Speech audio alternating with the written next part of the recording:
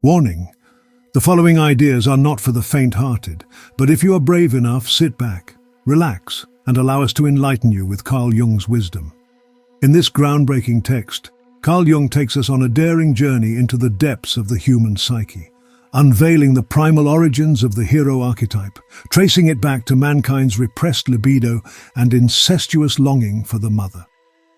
By confronting these dark truths, Jung sheds light on the secrets of religion, mythology, and the soul, from Jesus to Mithras. Welcome to Irevelato, the place where the lives and wisdom of luminaries are unveiled. Like, share, tell us your thoughts, and subscribe if you want to join us in our mission to reveal hidden knowledge. Why does this matter? Because to know thyself is the key to a wholesome life and our collective awakening. Learning from titans like Jung expands our consciousness. If you enjoy our videos, consider supporting us on Patreon. Your patronage empowers us to keep illuminating the shadows. Check the affiliate links in the description also. Thank you for opening your mind with Irevelato. Together, let us ascend. The unconscious origin of the hero. Prepared by the previous chapters, we approach the personification of the libido in the form of a conqueror, a hero, or a demon. With this, symbolism leaves the impersonal and neuter realm which characterizes the astral and meteorologic symbol, and takes human form. The figure of a being changing from sorrow to joy, from joy to sorrow, and which, like the sun, sometimes stands in its zenith, sometimes is plunged in darkest night, and arises from this very night to new splendor. Just as the sun, guided by its own internal laws, ascends from morn till noon, and passing beyond the noon descends towards evening, leaving behind its splendor, and then sinks completely into the all-enveloping night. Thus too does mankind follow his course according to immutable laws, and also sinks after his course is completed into night, in order to rise again in the morning to a new cycle in his children. The symbolic transition from sun to man is easy and practicable. The third and last creation of Miss Miller's also takes this course. She calls this piece Chiwantapel, a hypnagogic poem. She gives us the following information about the circumstances surrounding the origin of this fantasy. After an evening of care and anxiety, I lay down to sleep at about 11:30.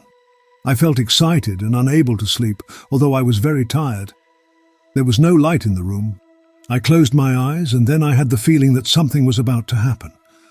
The sensation of a general relaxation came over me, and I remained as passive as possible. Lines appeared before my eyes, sparks and shining spirals, followed by a kaleidoscopic review of recent trivial occurrences. The reader will regret with me that we cannot know the reason for her cares and anxieties. It would have been of great importance for what follows to have information on this point. This gap in our knowledge is the more to be deplored because between the first poem in 1898 and the time of the fantasy here discussed, 1902, 4 whole years have passed. All information is lacking regarding this period, during which the great problem surely survived in the unconscious. Perhaps this lack has its advantages in that our interest is not diverted from the universal applicability of the fantasy here produced by sympathy in regard to the personal fate of the author. Therefore, something is obviated which often prevents the analyst in his daily task from looking away from the tedious toil of detail to that wider relation which reveals each neurotic conflict to be involved with human fate as a whole. The condition depicted by the author here corresponds to such a one as usually precedes an intentional somnambulism often described by spiritualistic mediums. A certain inclination to listen to these low nocturnal voices must be assumed. Otherwise, such fine and hardly perceptible inner experiences pass unnoticed. We recognize in this listening a current of the libido leading inward and beginning to flow towards a still invisible, mysterious goal. It seems that the libido has suddenly discovered an object in the depths of the unconscious which powerfully attracts it. The life of man, turned wholly to the external by nature, does not ordinarily permit such introversion. There must therefore be surmised a certain exceptional condition, that is to say, a lack of external objects, which compels the individual to seek a substitute for them in his own soul. It is, however, difficult to imagine that this rich world has become too poor to offer an object for the love of human atoms, nor can the world and its objects be held accountable for this lack. It offers boundless opportunities for everyone. It is rather the incapacity to love which robs mankind of his possibilities. This world is empty to him alone, who does not understand how to direct his libido towards objects, and to render them alive and beautiful for himself. For beauty does not indeed lie in things, but in the feeling that we give to them. That which compels us to create a substitute for ourselves is not the external lack of objects, but our incapacity to lovingly include a thing outside of ourselves. Certainly the difficulties of the conditions of life and the adversities of the struggle for existence may oppress us. Yet even adverse external situations would not hinder the giving out of the libido. On the contrary, they may spur us on to the greatest exertions, whereby we bring our whole libido into reality. Real difficulties alone will never be able to force the libido back permanently to such a degree as to give rise, for example, to a neurosis. The conflict, which is the condition of every neurosis, is lacking. The resistance, which opposes its unwillingness to the will alone, has the power to produce that pathogenic introversion, which is the starting point of every psychogenic disturbance. The resistance against loving produces the inability to love. Just as the normal libido is comparable to a steady stream which pours its waters broadly into the world of reality, so the resistance, dynamically considered, is comparable, not so much to a rock rearing up in the riverbed which is flooded over or surrounded by the stream, as to a backward flow towards the source. A part of the soul desires the outer object. Another part, however, harks back to the subjective world, where the airy and fragile palaces of fantasy beckon. One can assume the dualism of the human will for which Bleuler, from the psychiatric point of view, has coined the word ambitendency as something generally present, bearing in mind that even the most primitive motor impulse is in opposition, as for example in the act of extension, the flexor muscles also become innervated. This normal ambitendency, however, never leads to an inhibition or prevention of the intended act, but is the indispensable preliminary requirement for its perfection and coordination. For a resistance disturbing to this act to arise from this harmony of finely attuned opposition, an abnormal plus or minus would be needed on one or the other side. The resistance originates from this added third. This applies also to the duality of the will, from which so many difficulties arise for mankind. The abnormal third frees the pair of opposites, which are normally most intimately united, and causes their manifestation in the form of separate tendencies. It is only thus that they become willingness and unwillingness, which interfere with each other. The Bhagavad Gita says, "Be thou free of the pairs of opposites." The harmony thus becomes disharmony. It cannot be my task here to investigate whence the unknown third arises and what it is. Taken at the roots in the case of our patients, the nuclear complex, Freud, reveals itself as the incest problem. The sexual libido regressing to the parents appears as the incest tendency. The reason this path is so easily traveled is due to the enormous indolence of mankind, which will relinquish no object of the past, but will hold it fast forever. The sacrilegious backward grasp of which Nietzsche speaks reveals itself, stripped of its incest covering, as an original passive arrest of the libido in its first object of childhood. This indolence is also a passion, as La Rochefoucauld has brilliantly expressed it. Of all passions, that which is least known to ourselves is indolence. It is the most ardent and malignant of them all, although its violence may be insensible, and the injuries it causes may be hidden. If we will consider its power attentively, we will see that it makes itself, upon all occasions, mistress of our sentiments, of our interests, and of our pleasures. It is the anchor which has the power to arrest the largest vessels. It is a calm more dangerous to the most important affairs than rocks and the worst tempest. The repose of indolence is a secret charm of the soul which suddenly stops the most ardent pursuits and the firmest resolutions.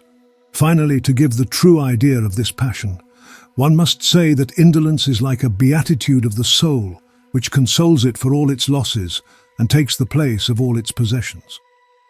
This dangerous passion, belonging above all others to primitive man, appears under the hazardous mask of the incest symbol, from which the incest fear must drive us away, and which must be conquered in the first place under the image of the terrible mother. It is the mother of innumerable evils, not the least of which are neurotic troubles. For, especially from the fogs of the arrested remnants of the libido, arise the harmful phantasmagoria which so veil reality that adaptation becomes almost impossible. However, we will not investigate any further in this place the foundations of the incest fantasies. The preliminary suggestion of my purely psychologic conception of the incest problem may suffice. We are here only concerned with the question whether resistance which leads to introversion in our author signifies a conscious external difficulty or not.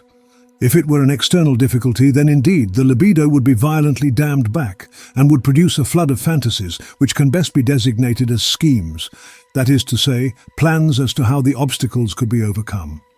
They would be very concrete ideas of reality which seek to pave the way for solutions. It would be a strenuous meditation indeed, which would be more likely to lead to anything rather than to a hypnagogic poem. The passive condition depicted above in no way fits in with a real external obstacle, but precisely through its passive submission, it indicates a tendency which doubtless scorns real solutions and prefers fantastic substitutes. Ultimately and essentially we are, therefore, dealing with an internal conflict, perhaps after the manner of those earlier conflicts which led to the two first unconscious creations.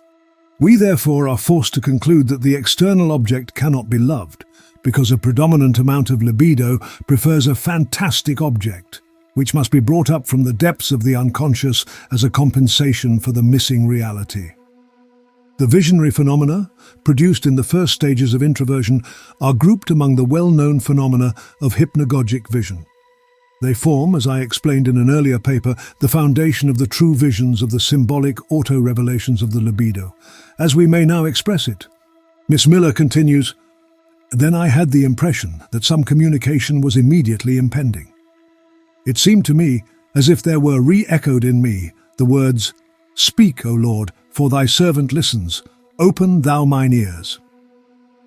This passage very clearly describes the intention. The expression, communication, is even a current term in spiritualistic circles. The biblical words contain a clear invocation or prayer, that is to say a wish, libido, directed towards divinity, the unconscious complex. The prayer refers to Samuel, I3, where Samuel at night was 3 times called by God, but believed that it was Eli calling, until the latter informed him that it was God himself who spoke, and that he must answer if his name was called again. "Speak, O Lord, for thy servant hears." The dreamer uses these words really in an inverse sense, namely in order to produce God with them. With that, she directs her desires, her libido, into the depths of her unconscious. We know that although individuals are widely separated by the differences in the contents of their consciousness, they are closely alike in their unconscious psychology. It is a significant impression for one working in practical psychoanalysis when he realizes how uniform are the typical unconscious complexes. Difference first arises from individualization. This fact gives to an essential portion of the Schopenhauer and Hartmann philosophies a deep psychologic justification. The very evident uniformity of the unconscious mechanism serves as a psychologic foundation for these philosophic views. The unconscious contains the differentiated remnants of the earlier psychologic functions overcome by the individual differentiation. The reaction and products of the animal psyche are of a generally diffused uniformity and solidity, which among men may be discovered apparently only in traces. Man appears as something extraordinarily individual in contrast with animals. This might be a tremendous delusion, because we have the appropriate tendency always to recognize only the difference of things.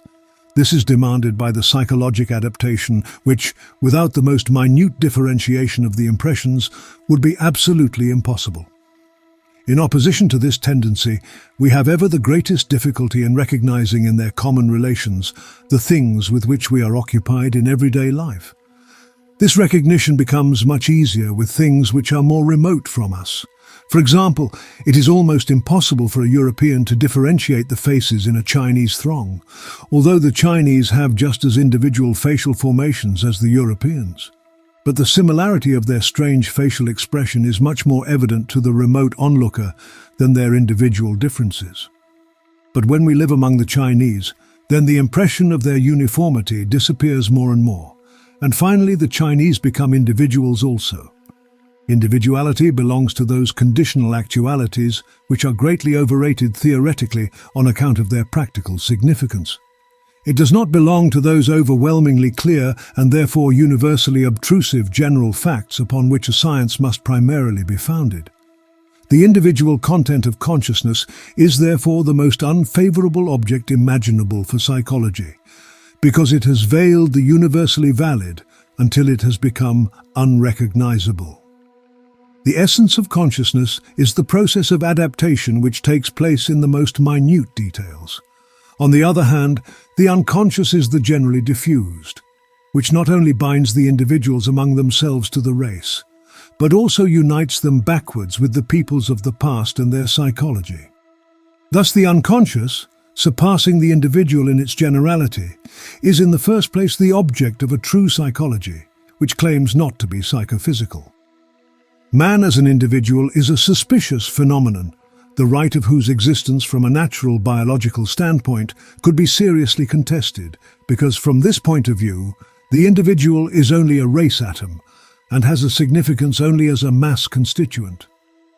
The ethical standpoint, however, gives to the human being an individual tendency separating him from the mass, which, in the course of centuries, led to the development of personality, hand in hand with which developed the hero cult, and has led to the modern individualistic cult of personages.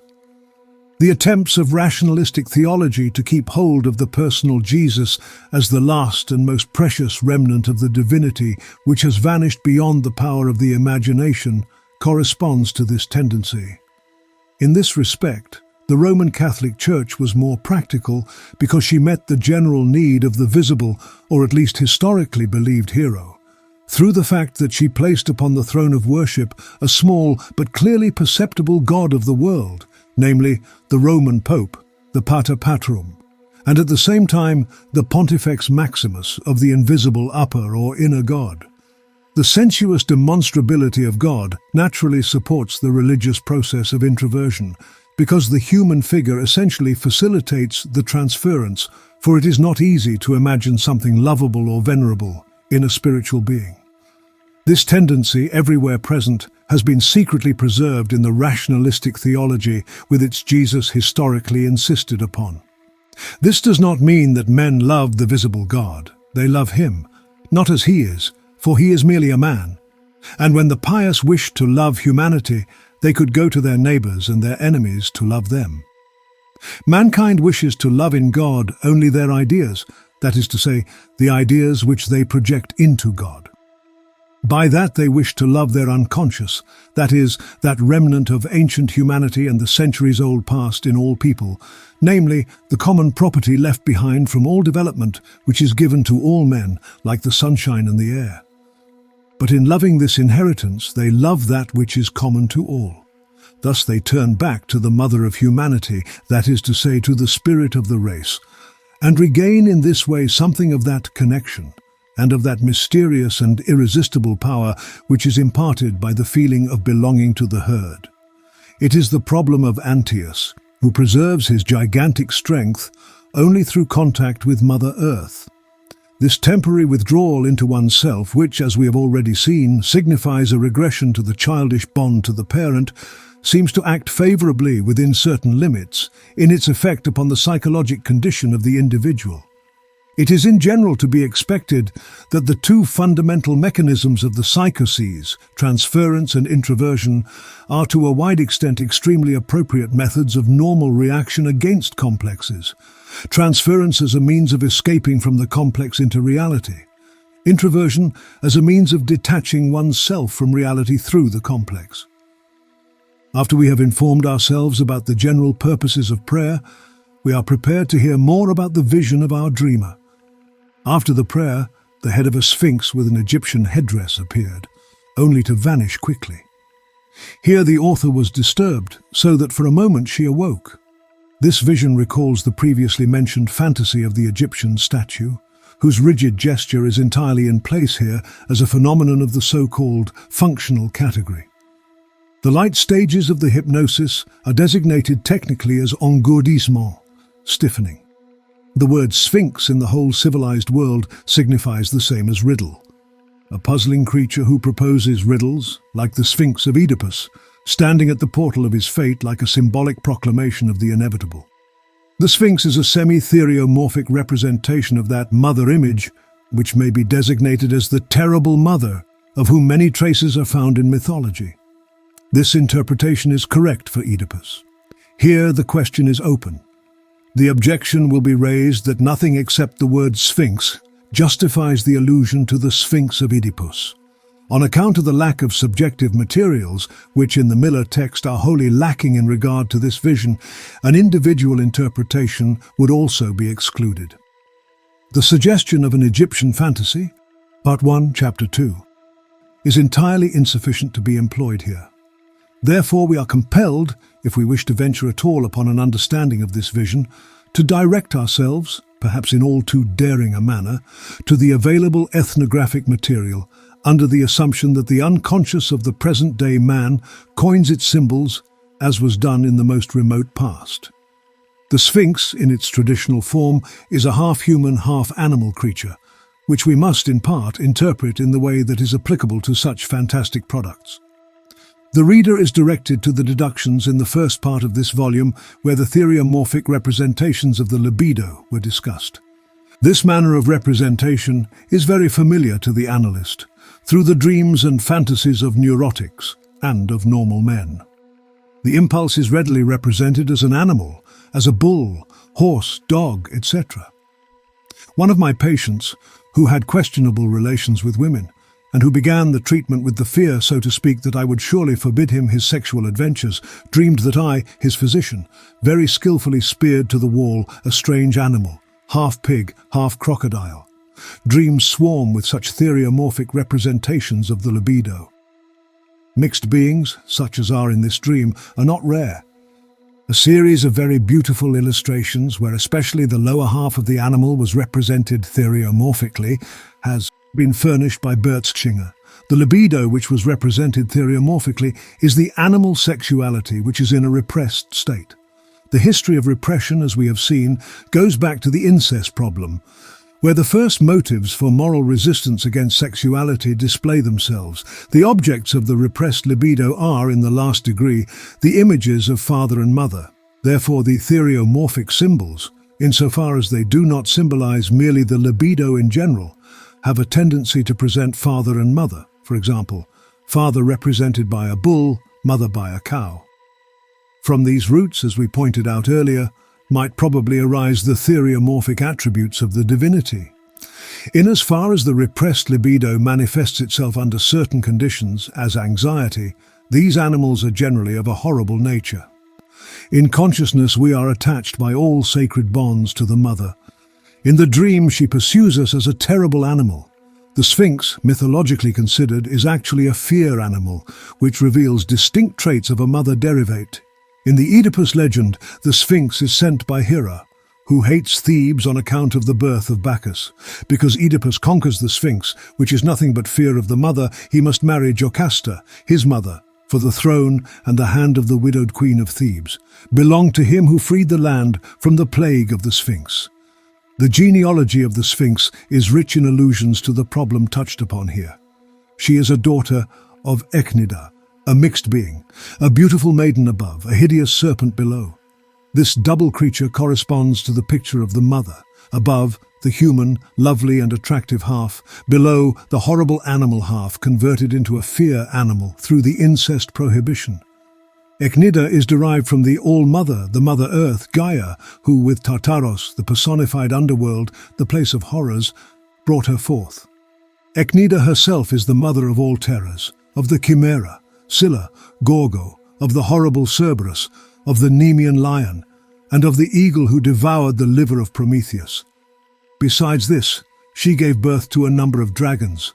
One of her sons is Orthrus, the dog of the monstrous Geryon, who was killed by Hercules. With this dog, her son Echnida, in incestuous intercourse, produced the Sphinx. These materials will suffice to characterize that amount of libido which led to the Sphinx symbol. If, in spite of the lack of subjective material, we may venture to draw an inference from the Sphinx symbol of our author, We must say that the Sphinx represents an original, incestuous amount of libido detached from the bond to the mother. Perhaps it is better to postpone this conclusion until we have examined the following visions. After Miss Miller had concentrated herself again, the vision developed further. Suddenly an Aztec appeared, absolutely clear in every detail, the hands spread open with large fingers, the head in profile, armored, headdress similar to the feather ornaments of the American Indian. The whole was somewhat suggestive of Mexican sculpture. The ancient Egyptian character of the Sphinx is replaced here by American antiquity, by the Aztec. The essential idea is neither Egypt nor Mexico, for the two could not be interchanged, but it is the subjective factor which the dreamer produces from her own past. I have frequently observed in the analysis of Americans that certain unconscious complexes, that is, repressed sexuality, are represented by the symbol of a black person or an Indian. For example, when a European tells in his dream, "Then came a ragged, dirty individual." For Americans and for those who live in the tropics, it is a black person. When with Europeans, it is a vagabond or a criminal. With Americans, it is a black person or an Indian, which represents the individual's own repressed sexual personality and the one considered inferior. It is also desirable to go into the particulars of this vision, as there are various things worthy of notice. The feather cap, which naturally had to consist of eagle's feathers, is a sort of magic charm. The hero assumes at the same time something of the sun-like character of this bird when he adorns himself with its feathers. Just as the courage and strength of the enemy are appropriated in swallowing his heart or taking his scalp. At the same time, the feather crest is a crown which is equivalent to the rays of the sun. The historical importance of the sun identification has been seen in the first part. A special interest attaches to the hand, which is described as open, and the fingers, which are described as large. It is significant that it is the hand upon which the distinct emphasis falls. One might rather have expected a description of the facial expression. It is well known that the gesture of the hand is significant. Unfortunately, we know nothing about that here. Nevertheless, a parallel fantasy might be mentioned, which also puts the emphasis upon hands. A patient in a hypnagogic condition saw his mother painted on a wall, like a painting in a Byzantine church. She held one hand up, open wide, with fingers spread apart. The fingers were very large, swollen into knobs on the ends, and each surrounded by a small halo. The immediate association with this picture was the fingers of a frog, with sucking discs at the ends. Then the similarity to the penis. The ancient setting of this mother picture is also of importance. Evidently the hand had, in this fantasy, a phallic meaning. This interpretation was confirmed by a further very remarkable fantasy of the same patient. He saw something like a skyrocket ascending from his mother's hand, which at a closer survey becomes a shining bird with golden wings, a golden pheasant, as it then occurs to his mind. We have seen in the previous chapter that the hand has actually a phallic generative meaning, and that this meaning plays a great part in the production of fire. In connection with this fantasy, there is but one observation to make. Fire was bored with the hand, therefore it comes from the hand. Agni, the fire, was worshipped as a golden-winged bird. It is extremely significant that it is the mother's hand. I must deny myself the temptation to enter more deeply into this. Let it be sufficient to have pointed out the possible significance of the hand of the Aztec by means of these parallel hand fantasies. We have mentioned the mother suggestively with the Sphinx. The Aztec taking the place of the Sphinx points, through his suggestive hand, to parallel fantasies in which the phallic hand really belongs to the mother. Likewise, we encounter an antique setting in parallel fantasies. The significance of the antique, which experience has shown to be the symbol for infantile, is confirmed by Miss Miller in this connection in the annotation to her fantasies, for she says, "In my childhood, I took a special interest in the Aztec fragments and in the history of Peru and of the Incas. Through the 2 analyses of children which have been published, we have attained an insight into the child's small world and have seen what burning interests and questions secretly surround the parents, and that the parents are, for a long time, the objects of the greatest interest. We are therefore justified in suspecting that the antique setting applies to the ancients, that is to say, the parents, and that consequently this Aztec has something of the father or mother in himself. Up to this time, indirect hints point only to the mother, which is nothing remarkable in an American girl, because Americans, as a result of the extreme detachment from the father, are characterized by a most enormous mother complex, which again is connected with the especial social position of woman in the United States. This position brings about a special masculinity among capable women, which easily makes possible the symbolizing into a masculine figure. After this vision, Miss Miller felt that a name formed itself bit by bit, which seemed to belong to this Aztec, the son of an Inca of Peru. The name is Chihuantepel. As the author intimated, something similar to this belonged to her childish reminiscences. The act of naming is, like baptism, something exceedingly important for the creation of a personality, because, since olden times, a magic power has been attributed to the name, with which, for example, the spirit of the dead can be conjured. To know the name of anyone means, in mythology, to have power over that one. As a well-known example, I mentioned the fairy tale of Rumpelstiltskin. In an Egyptian myth, Isis robs the sun god Re permanently of his power by compelling him to tell her his real name. Therefore, to give a name means to give power, invest with a definite personality.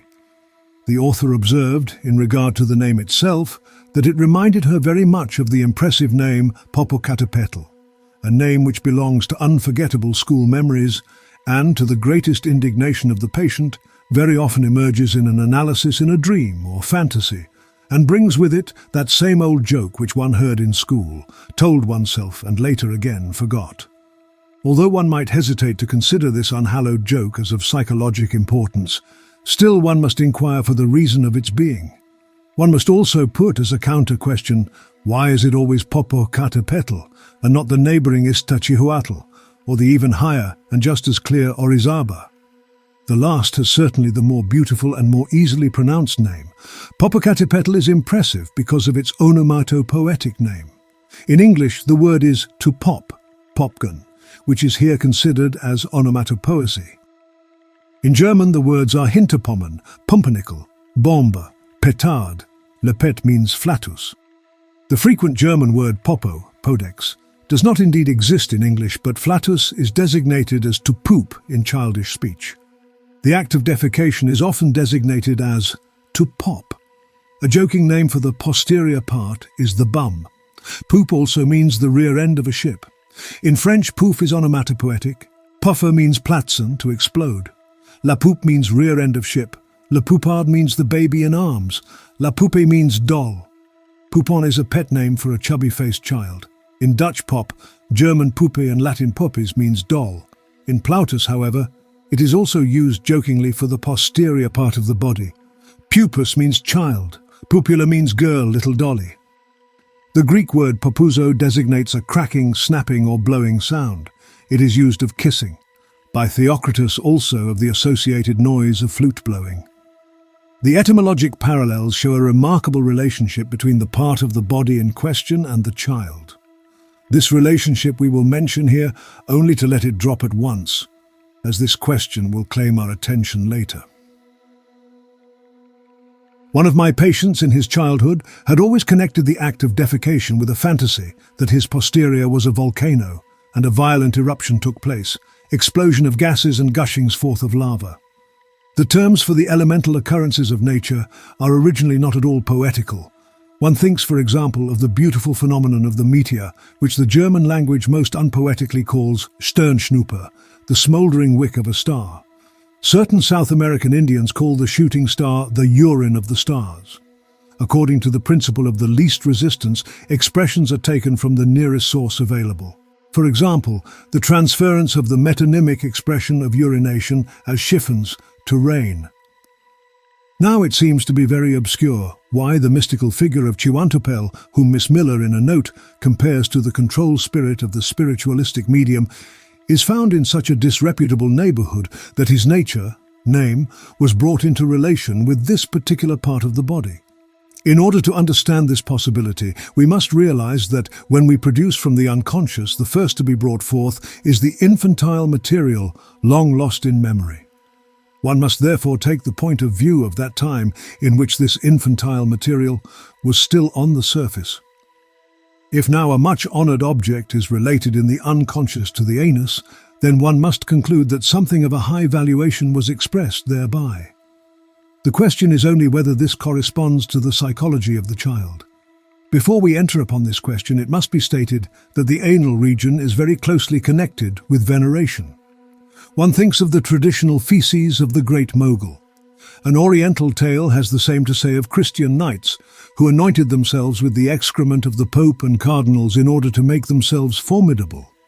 A patient who is characterized by a special veneration for her father had a fantasy that she saw her father sitting upon the toilet in a dignified manner, and people going past greeted him effusively. The association of the anal relations by no means excludes high valuation or esteem, as is shown by these examples, and as is easily seen from the intimate connection of feces and gold.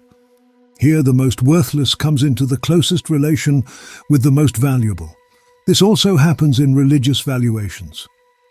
I discovered at that time, to my great astonishment, that a young patient, very religiously trained, represented in a dream the crucified on the bottom of a blue-flowered chamber pot, namely, in the form of excrements. The contrast is so enormous that one must assume that the valuations of childhood must indeed be very different from ours. This is actually the truth. Children bring to the act of defecation, and the products of this, an esteem and interest which later on is possible only to the hypochondriac. We do not comprehend this interest until we learn that the child very early connects with it a theory of propagation. The libido afflux probably accounts for the enormous interest in this act. The child sees that this is the way in which something is produced, in which something comes out. The same child whom I reported in the little brochure Über Konflikte der kindlichen Seele, and who had a well-developed anal theory of birth like little Hans, whom Freud made known to us, later contracted a habit of staying a long time on the toilet. Once the father grew impatient, went to the toilet and called, "Do come out of there, what are you making?" Whereupon the answer came from within, "A little wagon and 2 ponies." The child was making a little wagon and 2 ponies, that is to say, things which at that time she especially wished for. In this way, one can make what one wishes, and the thing made is the thing wished for. The child wishes earnestly for a doll or, at heart, for a real child. That is, the child practiced for his future biological task, and in the way in which everything in general is produced, he made the doll himself as representative of the child or of the thing wished for in general. From a patient, I have learned a parallel fantasy of her childhood. In the toilet there was a crevice in the wall. She fantasied that from this crevice a fairy would come out and present her with everything for which she wished. The locus is known to be the place of dreams where much was wished for and created, which later would no longer be suspected of having this place of origin.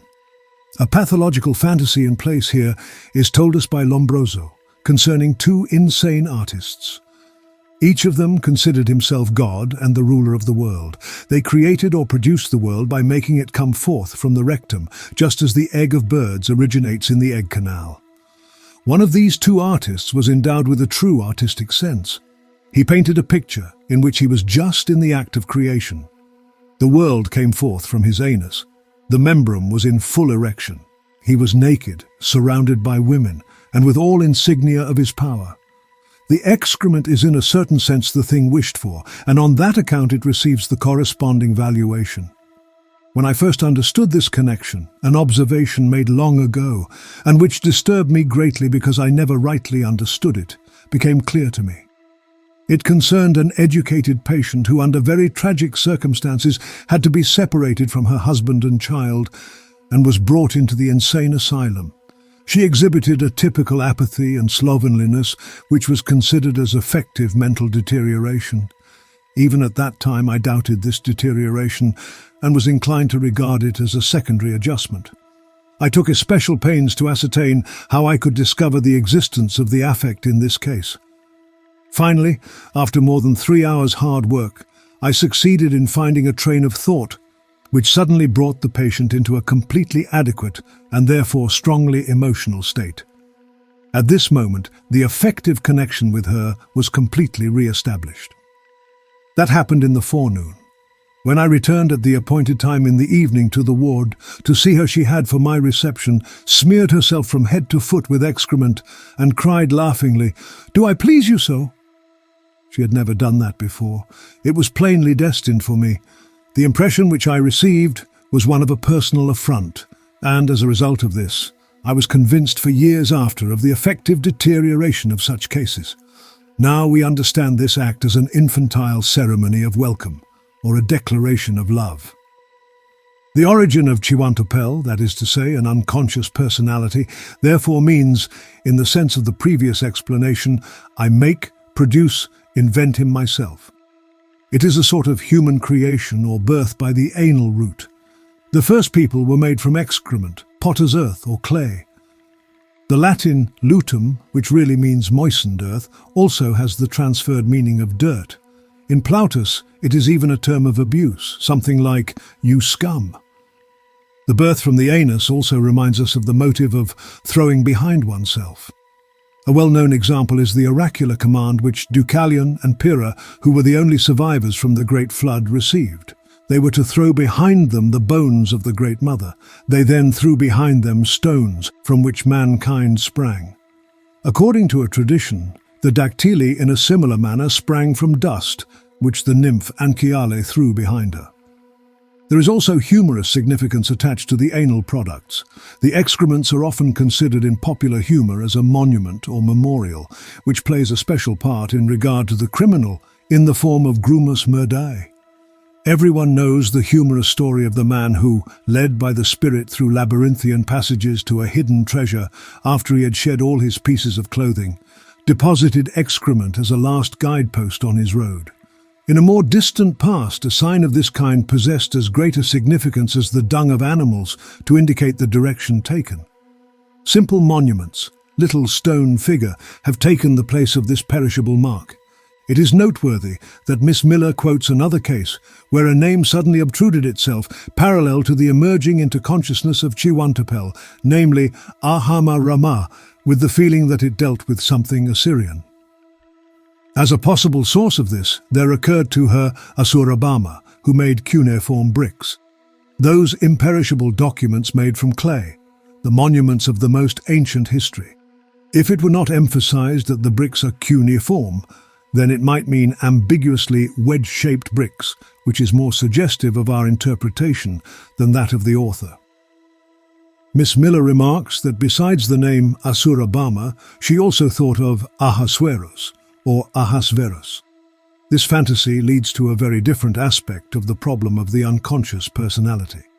While the previous materials betrayed to us something of the infantile theory of creation, this fantasy opens up a vista into the dynamics of the unconscious creation of personality.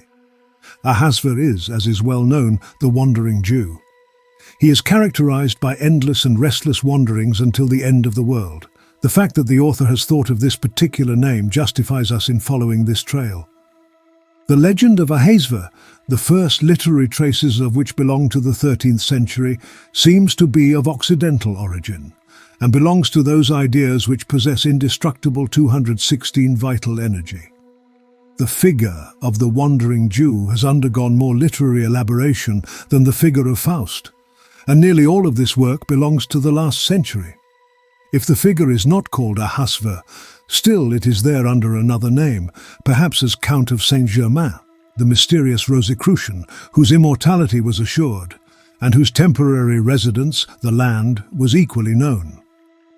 Although the stories about Ahasver cannot be traced back any earlier than the 13th century, the oral tradition can reach back considerably further, and it is not an impossibility that a bridge to the Orient exists. There is the parallel figure of Chida or Al-Chadir, the ever-youthful Chida, celebrated in song by Ruqat. The legend is purely Islamitic. The peculiar feature, however, is that Chida is not only a saint, but in Sufic circles rises even to divine significance. In view of the severe monotheism of Islam, one is inclined to think of Chida as a pre-Islamitic Arabian divinity who would hardly be officially recognized by the new religion, but might have been tolerated on political grounds. But there is nothing to prove that. The first traces of Chidha are found in the commentaries of the Quran, Bukhari, and Tabari, and in a commentary to a noteworthy passage of the 18th surah of the Quran. The 18th surah is entitled The Cave. That is after the cave of the seven sleepers who, according to the legend, slept there for 309 years, and thus escaped persecution and awoke in a new era. Their legend is recounted in the 18th surah, and diverse reflections were associated with it. The wish fulfillment idea of the legend is very clear. The mystic material for it is the immutable model of the sun's course. The sun sets periodically but does not die. It hides in the womb of the sea or in a subterranean cave, and in the morning is born again, complete.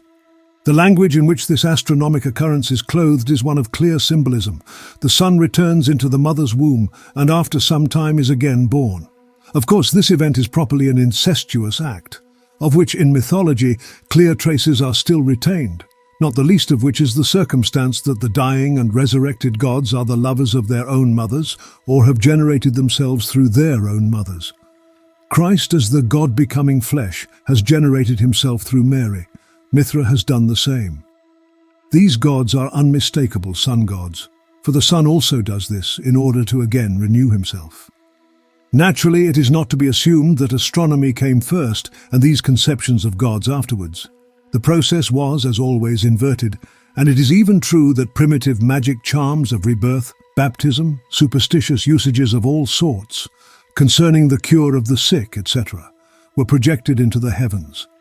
These youths were born from the cave, the womb of Mother Earth, like the sun gods in a new era, and this was the way they vanquished death. In this far they were immortal. It is now interesting to see how the Quran comes, after long ethical contemplations in the course of the same surah, to the following passage, which is of especial significance for the origin of the Chidha myth. For this reason, I quote the Quran literally. Remember when Moses said to his servant, "I will not stop till I reach the confluence of the two seas, or for 80 years will I journey on." But when they reached their confluence, they forgot their fish, and it took its way in the sea at will. And when they had passed on, Moses said to his servant, "Bring us our morning meal, for now we have incurred weariness from this our journey." He said, "What thinkest thou? When we repaired to the rock for rest, then verily I forgot the fish, and none but Satan made me forget it, so as not to mention it, and it hath taken its way in the sea in a wondrous sort." He said, "It is this we were in quest of." So they both went back, retracing their footsteps. Then found they one of our servants, to whom we had vouchsafed our mercy, and whom we had instructed with our knowledge. Moses said to him, "Shall I follow thee, that thou teach me, for guidance of that which thou hast been taught?" He said, "Verily, thou canst by no means have patience with me, and how canst thou be patient in matters whose meaning thou comprehendest not?" Rodwell, page 188. Moses now accompanies the mysterious servant of God, who does diverse things which Moses cannot comprehend. Finally, the unknown takes leave of Moses and speaks to him as follows.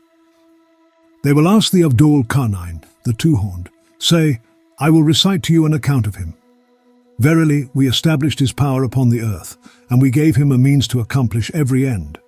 So he followed his way, until when he reached the setting of the sun, he found it to set in a mirri forest, and hard by he found a people."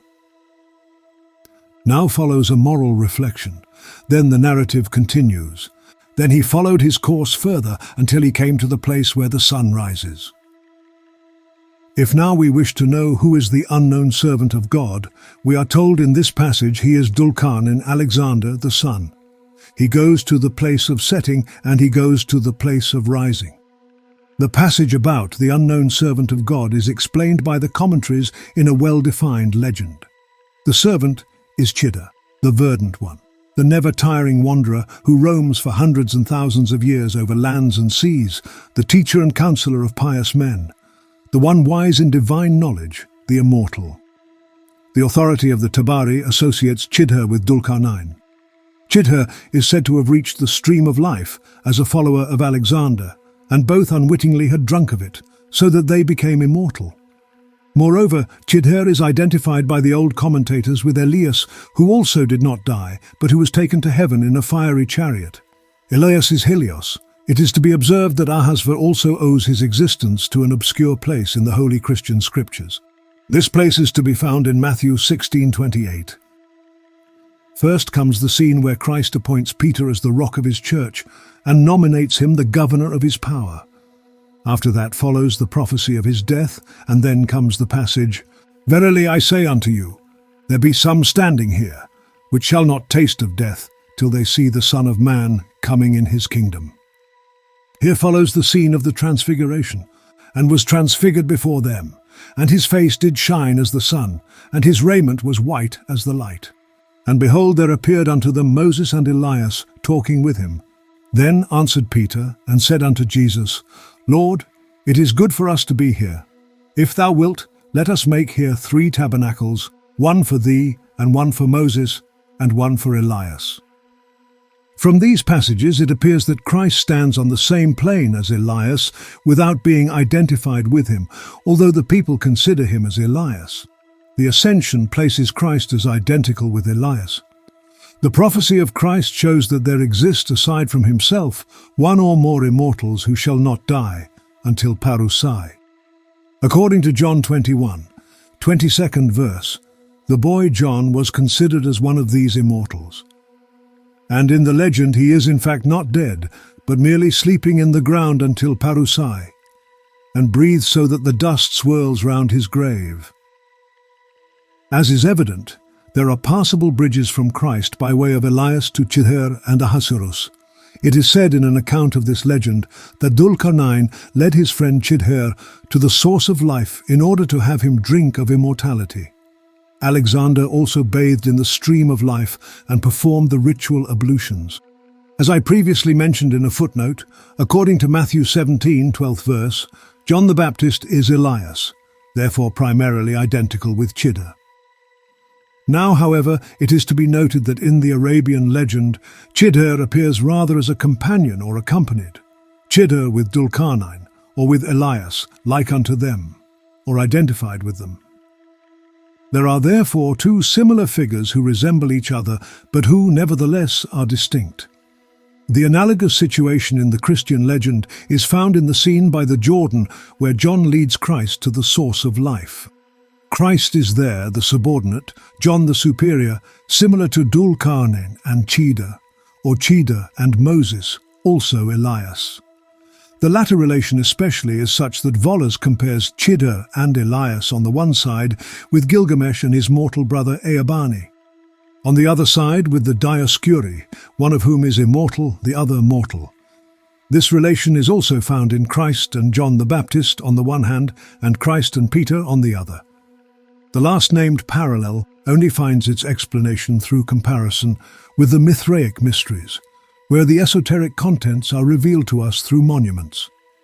Upon the Mithraic marble relief of Klagenfurt, it is represented how with a halo Mithra crowns Helios, who either kneels before him or else floats up to him from below.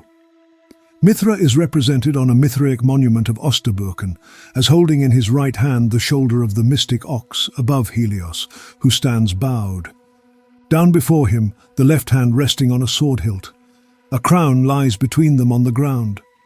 Cumont observes about this scene that it probably represents the divine prototype of the ceremony of the initiation into the degree of Miles, in which a sword and a crown were conferred upon the mystic. Helios is therefore appointed the Miles of Mithra. In a general way, Mithra seems to occupy the role of patron to Helios, which reminds us of the boldness of Hercules towards Helios. Upon his journey towards Geryon, Helios burns too hotly. Hercules, full of anger, threatens him with his never-failing arrows. Therefore, Helios is compelled to yield and lends to the hero his sonship, with which he was accustomed to journey across the sea. Thus Hercules returns to Erythea, to the cattle herds of Geryon.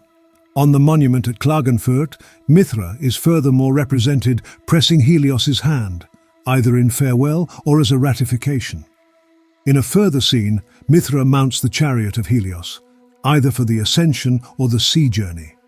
Kumon is of the opinion that Mithra gives to Helios a sort of ceremonious investiture and consecrates him with his divine power by crowning him with his own hands. This relation corresponds to that of Christ to Peter. Peter, through his symbol, the cock, has the character of a sun god. After the ascension or sea journey of Christ, he is the visible pontiff of the divinity. He suffers, therefore, the same death, crucifixion, as Christ, and becomes the great Roman deity, Sol Invictus, the conquering, triumphant church itself, embodied in the Pope. In the scene of Malchus, he is always shown as the miles of Christ, to whom the sword is granted, and as the rock upon which the church is founded. The crown is also given to him who possesses the power to bind and to set free.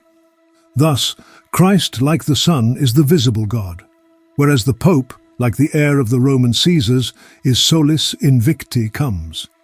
The setting sun appoints a successor whom he invests with the power of the sun. Dulcarnain gives Chidha eternal life. Chidha communicates his wisdom to Moses.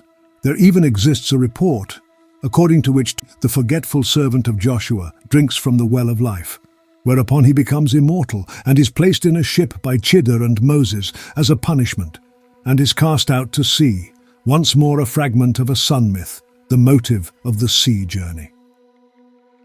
The primitive symbol, which designates that portion of the zodiac in which the sun, with the winter solstice, again enters upon the yearly course, is the goat.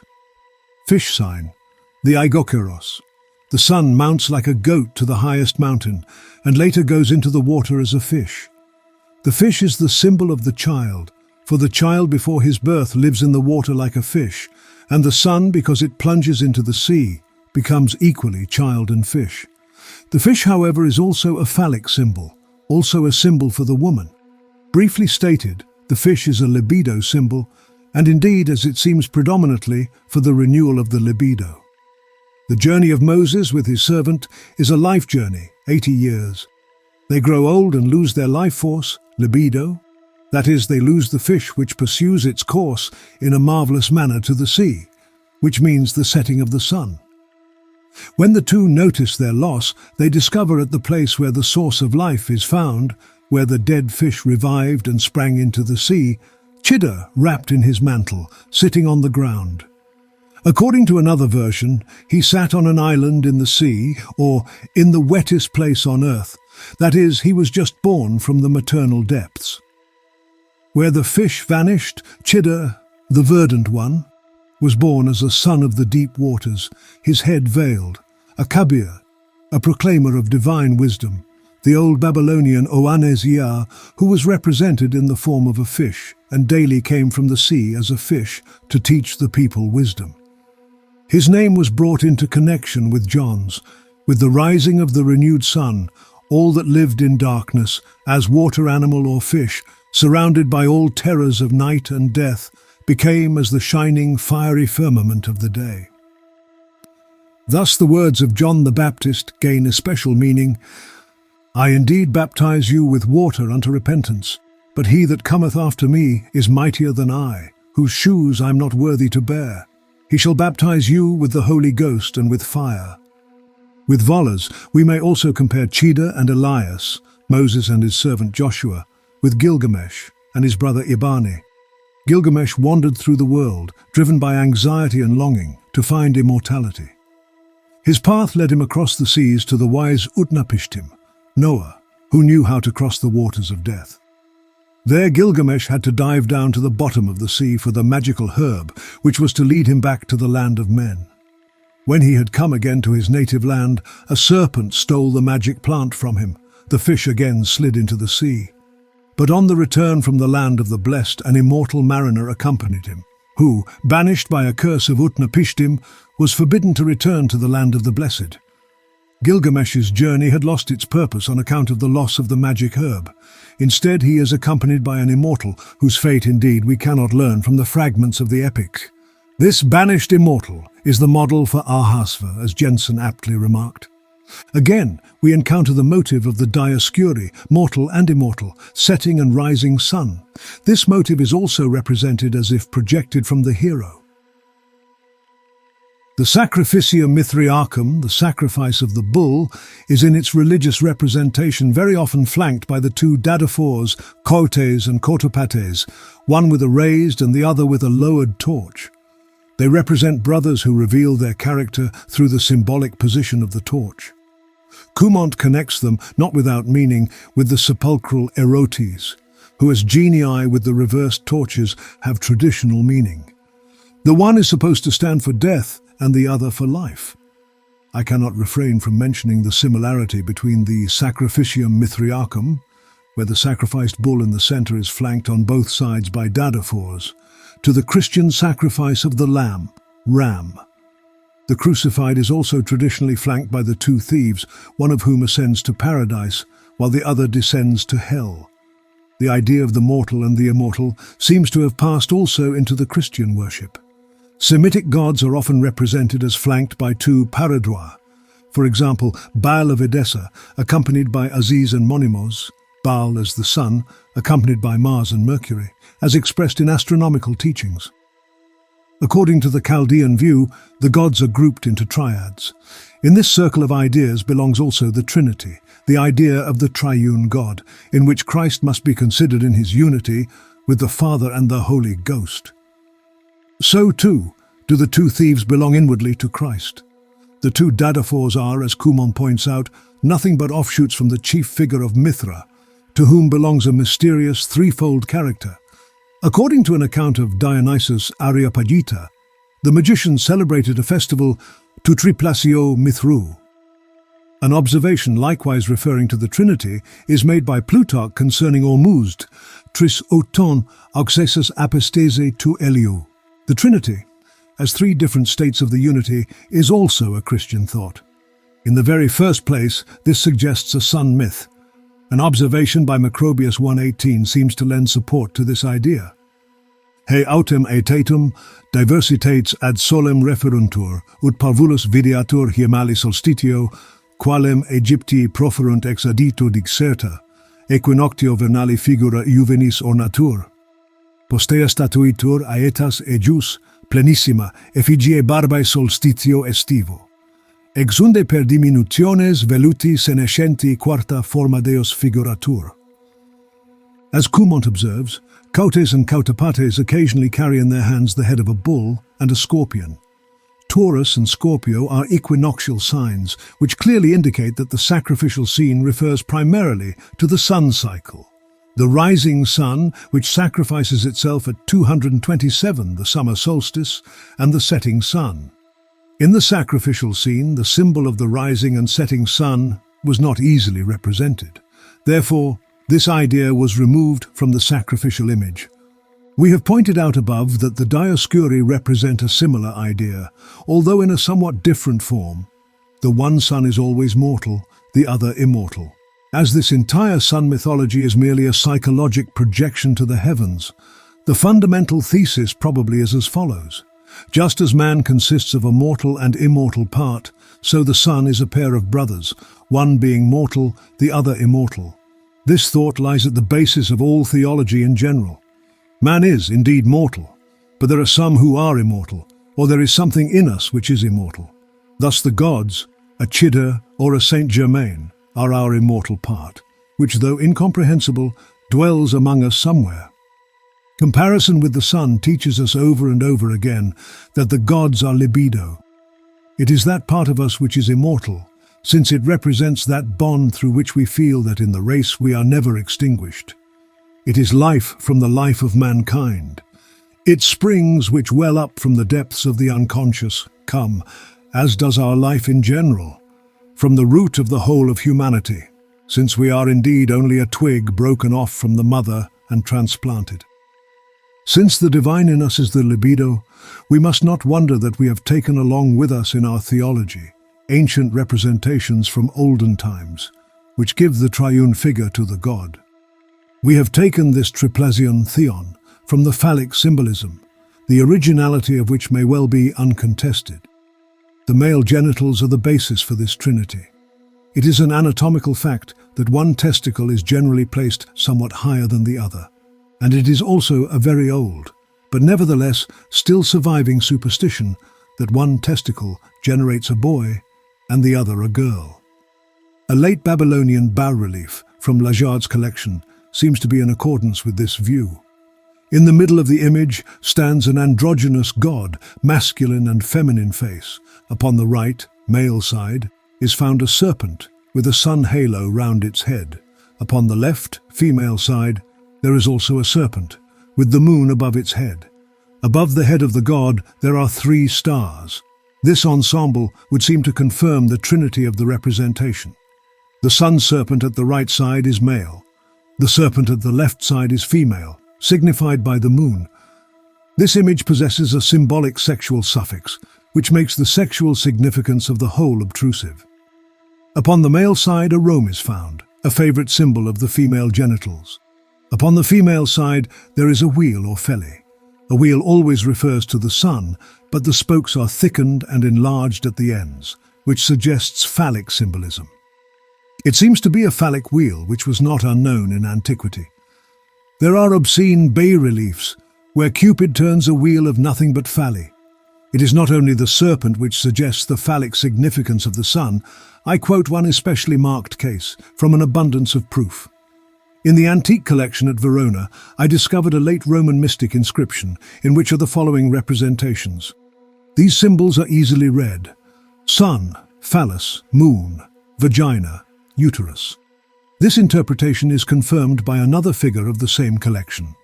There the same representation is found, only the vessel is replaced by the figure of a woman. The impressions on coins, where in the middle a palm is seen encoiled by a snake, flanked by 2 stones, testicles, or else in the middle a stone encircled by a snake. To the right a palm, to the left a shell, female genitals, should be interpreted in a similar manner. In Lajarde's researches, The Cult of Venus, there is a coin of Perga, where Artemis of Perga is represented by a conical stone, phallic, flanked by a man claimed to be Men, and by a female figure claimed to be Artemis. Men, the so-called Lunus, is found upon an Attic bas-relief, apparently with the spear but fundamentally a scepter with a phallic significance, flanked by Pan with a club, phallus, and a female figure. The traditional representation of the crucified, flanked by John and Mary, is closely associated with this circle of ideas, precisely as is the crucified with the thieves. From this we see how, beside the sun, there emerges again and again the much more primitive comparison of the libido with the phallus. An especial trace still deserves mention here. The dadaphor Quarterpates, who represents Mithra, is also represented with the cock and the pineapple. But these are the attributes of the Phrygian god Men, whose cult was widely diffused. Men was represented with Pyleus, the pineapple, and the cock, also in the form of a boy, just as the dadaphors are boyish figures. This last-named property relates them with Men to the Kabiri. Men has a very close connection with Attis, the son and lover of Cybele. In the time of the Roman Caesars, Men and Attis were entirely identified as stated above. Attis also wears the Pyleus like Men, Mithra and the Dadaphoras. As the son and lover of his mother, he again leads us to the source of this religion-creating incest libido, namely to the mother. Incest leads logically to ceremonial castration in the Attic Cybele cult, for the hero, driven insane by his mother, mutilates himself. I must at present forego entering more deeply into this matter, because the incest problem is to be discussed at the close. Let this suggestion suffice, that from different directions the analysis of the libido symbolism always leads back again to the mother incest. Therefore, we may surmise that the longing of the libido, raised to God, repressed into the unconscious, is a primitive, incestuous one which concerns the mother. Through renouncing the virility to the first beloved, the mother, the feminine element becomes extremely predominant. Hence the strongly androgynous character of the dying and resurrected Redeemer. That these heroes are nearly always wanderers is a psychologically clear symbolism. The wandering is a representation of longing, of the ever-restless desire, which nowhere finds its object, for unknown to itself, it seeks the lost mother. The wandering association renders the sun comparison easily intelligible. Also, under this aspect, the heroes always resemble the wandering sun, which seems to justify the fact that the myth of the hero is a sun myth. But the myth of the hero, however, is, as it appears to me, the myth of our own suffering unconscious, which has an unquenchable longing for all the deepest sources of our own being, for the body of the mother, and through it for communion with infinite life in the countless forms of existence. Here I must introduce the words of the master who has divined the deepest roots of Faustian longings. Unwilling, I reveal a loftier mystery. In solitude are throned the goddesses, no space around them, place and time still less, only to speak of them embarrasses. They are the mothers, goddesses unknown to ye, the mortals, named by us unwillingly. Delve in the deepest depths must thou to reach them, 'tis thine own fault that we for help beseech them. Where is the way? No way, to the unreachable and ne'er to be trodden, a way to the unbeseechable, never to be besought. Art thou prepared? There are no locks, no latches to be lifted. Through endless solitudes shalt thou be drifted. Hast thou through solitudes and deserts dared? And hadst thou swum to farthest verge of ocean, and there the boundless space beheld, still hadst thou seen wave after wave in motion, even though impending doom thy fear compelled. Thou hadst seen something, in the beryl dim, of peace-lulled seas the sportive dolphins swim, hadst seen the flying clouds, sun, moon and star. Naught shalt thou see in endless void afar. Not hear thy footstep fall nor meet a stable spot to rest thy feet. Here, take this key. The key will scent the true place from all others. Follow it down. 'Twill lead thee to the mothers. Descend then, I could also say ascend. 'Twere all the same. Escape from the created, to shapeless forms in liberated spaces. Enjoy what long ere this was dissipated. There whirls the press, like clouds on clouds unfolding. Then with stretched arms swing high the key thou'rt holding. At last a blazing tripod tells thee this, that there the utterly deepest bottom is. Its light to thee will then the mother show.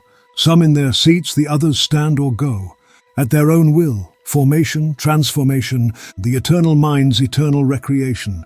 Forms of all creatures, there are floating free. They'll see thee not, for only wraiths they see. So pluck up heart, the danger then is great. Go to the tripod ere thou hesitate, and touch it with the key.